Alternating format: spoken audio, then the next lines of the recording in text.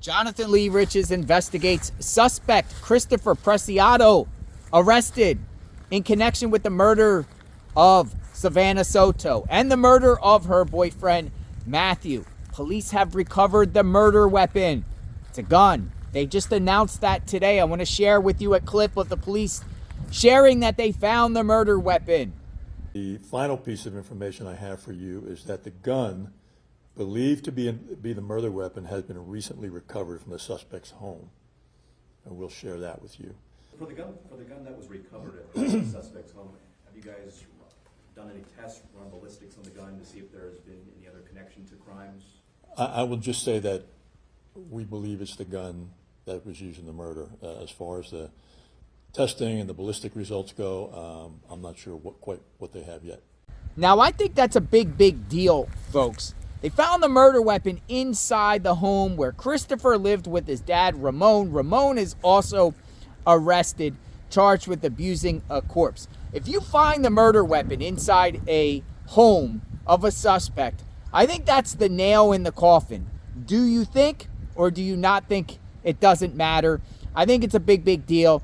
Now, how important is it in any criminal case like this is a big case, for someone to find a murder weapon? Well, I want to share some information about that. Check it out. Why is it so important to find the murder weapon? If you can link the murder weapon to a suspect, then that is a powerful evidence against that suspect. Does it have DNA or fingerprints on it? Is there a record of the suspect purchasing that weapon?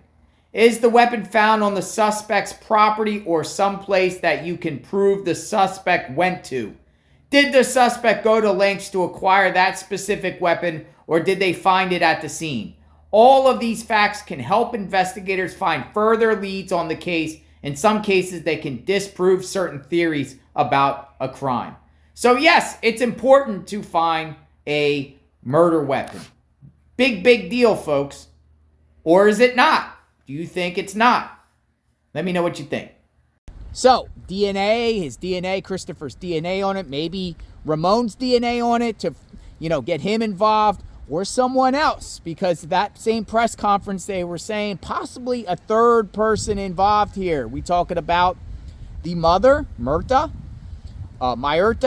that's her name, the mother, Ramones, Myrta Romanos, or maybe the brother. Christopher has a older brother. Is he involved? Is a third person involved? Who threw the towel in that video surveillance footage? Who threw the towel? But the murder weapon's going to be a big deal. Where was it purchased? Whose gun is it? Is it Christopher's gun? Is it Ramon's gun? Is it someone else's gun? Is it Matthew's gun? Is it Savannah's gun? I don't think Savannah had a gun, but whose gun is it? But they found it, and I think that's a big deal. I think it's actually the nail in the coffin when it comes to this case. Puts the gun at the scene of where the suspect resides. I am covering this case extensively. Wanted to share that new information with you. I am JLR Investigates, covering the Savannah Soto case, covering the proceedings that will follow. Will they seek the death penalty against Mr. Christopher here? I think so. But that ultimately comes to, the decision comes to the county prosecution and their team of people. They'll decide. But if I was a betting man in Vegas, and I don't gamble, I would say yes. We will talk soon. Stay tuned.